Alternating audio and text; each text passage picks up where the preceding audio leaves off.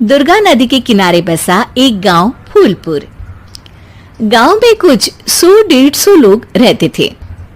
अंजलि, जो कि पास ही के जिले में रहती थी और 12वीं पास कर चुकी थी, उसके पिताजी ने बेटी को जल्दी विदा करने के लिए उसकी शादी फूलपुर गांव के मुकेश से करवा दी थी। मुकेश कभी स्कूल नहीं गया था और इस कारण वो पढ़ा लिखा नहीं था और बाकी गांव वालों की हालत भी मुकेश जैसी ही थी। मुकेश के घर में उसके माता पिता भी रहते थे। सासू माँ, मैं बाहर मंदिर तक जा रही हूँ, आधे घंटे में आ जाऊंगी। अरे अभी कहीं जाने की जरूरत नहीं है, चुपचाप जाके रसोई में रात के खाने की तैयारी करो। और ये घूंघट क्यों हटा लिया है तुमने? क्या पता नहीं कि इस गांव में औरतें बिना घूंघट के नहीं रहती? रात में अंजलि छत पर जाकर अपनी मम्मी से बात कर रही होती है। तभी गांव की 3-4 औरतें उसे देख लेती है और दरवाजे पर आकर उसकी सास से शिकायत करने लगती है। और क्या हुआ? अरे छत पे तो देखो, आपकी बहू मटक मटक के किसी से फोन पर बात कर रही है। दिन भर फोन पे लगी रहती है। अरे कल तो मंदिर के पास वो क्या कहते हैं, सेल्फी ले रही थी। शहर की बहू रखना अच्छा शान की बात है, पर देखना इसके लक्षण से ये तो तुम्हारे परिवार को बदनाम ना कर दे। ये पहली बार नहीं था जब सास से गांव के लोगों ने अंजलि की बुराई या शिकायत नहीं की हो। अब तो ये रोज की बात थी। अंजलि ये सब सुन लेती है। जब वो नीचे जाती है तो मुकेश भी वहां आ जाता है। सास कहती है, बेटा, लोग घर आकर शिकायत करने लगे हैं बहू के कामों की। देख लो, पति हो, संयम से रखो इसे। माँ जी, मैं तो अपनी माँ से बात कर रही थी क्योंकि यहाँ कोई बात करने लायक ही नहीं है और अब मैं माँ के पास ही रहूंगी। वहाँ क्या रहना, वहाँ बाहर के लोग तो ठीक है पर घर के लोग भी इज्जत ना दे सके। अरे नहीं नहीं अंजलि, ऐसा नहीं है, धीरे धीरे सब ठीक हो जाएगा, तुम फिक्र ना करो। अरे बस कुछ बोलना ही नहीं है, सर पे चढ़ा रखा है बहू को। सास मुकेश की नरम बात सुन के वहां से मुंह चढ़ाकर चली जाती है। मैं तो कहती हूँ हम दोनों शहर चले जाते हैं। मैं पढ़ी लिखी हूँ, मुझे वहाँ नौकरी भी मिल जाएगी और थोड़े दिनों में आप भी वहाँ कुछ काम ढूंढ लेना। अरे नहीं नहीं अंजलि, हम यहाँ ना गांव का खेत, माँ पिताजी को छोड़कर शहर नहीं जा सकते।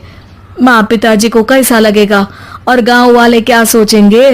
ये कहकर मुकेश सोने चला जाता है और अंजलि की गांव वालों द्वारा बुराई का सिलसिला बहुत दिनों तक चलता ही रहता है। लेकिन अंजलि गुस्सा ना दिखाते हुए समझदारी से काम लेती है। बारिश का मौसम चालू हो जाता है। जोरदार बारिश से पूरे गांव में हाहाकार मच जाता है। दुर्गा नदी में बाढ़ आ जाती है और बाढ़ का पानी पूरे गांव की फसल तबाह कर देता है।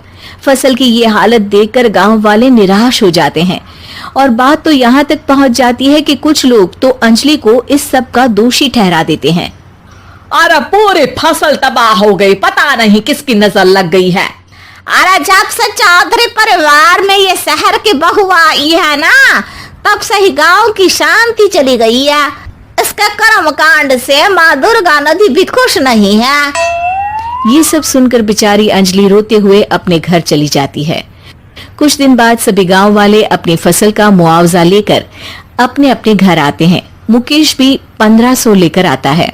अंजलि को जब पासबुक दिखाता है तो अंजलि हैरान हो जाती है।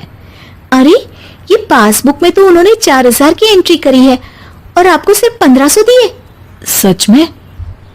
अरे वो सरकारी अफसर आपको बेवकूफ बना रहे हैं। सरकार की तरफ से हमें 4000 मिले हैं लेकिन बाकी का सारा पैसा खुद ही खा रहे हैं। आप लोग के अनपढ़ होने का फायदा उठा रहे हैं। ये सब सुनकर मुकेश परेशान हो जाता है लेकिन अंजलि उसे हिम्मत से काम लेने को कहती है और सुबह होते ही मुकेश को पंचायत कार्यालय ले जाती है और साथ में गांव के और लोगों को भी। आप सरकारी बाबू क्या गांव के लोगों को बेवकूफ समझते हैं? आपको क्या लगता है ये पढ़े लिखे नहीं है तो आप कुछ भी मनमानी करेंगे? ये बेचारे दिन रात इतनी मेहनत करते हैं, ये हमारे अन्नदाता हैं और आप इनके साथ ऐसा धोखा करते हैं। अरे क्या बके जा रही है ये लड़की? किस धोखे की बात कर रही है? अपने कांड करके नदी माँ को नाराज करके हमारा नुकसान करके इसे चैन नहीं मिला क्या? सरपंच जी, इन सरकारी बाबू ने मुझे बेवकूफ बनाया है और मेरे हिस्से के पैसे खुद चट कर गए।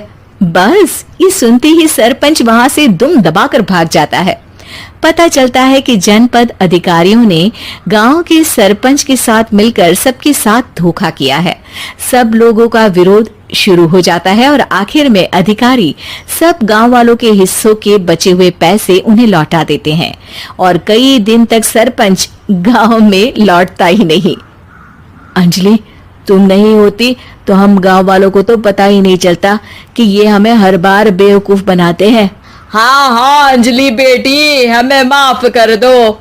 हम सब तुम्हें बुरा भला कहते रहे, लेकिन तुमने ही आज हमें बेवकूफ बनाने से बचाया है।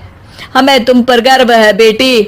अब समझ आया कि सरपंच तुमसे नहीं, तुम्हारे पढ़े लिखे होने से नफरत करता था। क्यों ना इस बार हम अंजलि को ही सरपंच पद के लिए चुन ले? क्या कहते हो गांव वालों? पढ़ी लिखी सरपंच। बस पूरा गांव अंजलि के लिए ताली बजाता है और अंजलि की सास उसे खुशी से गले लगा लेती है।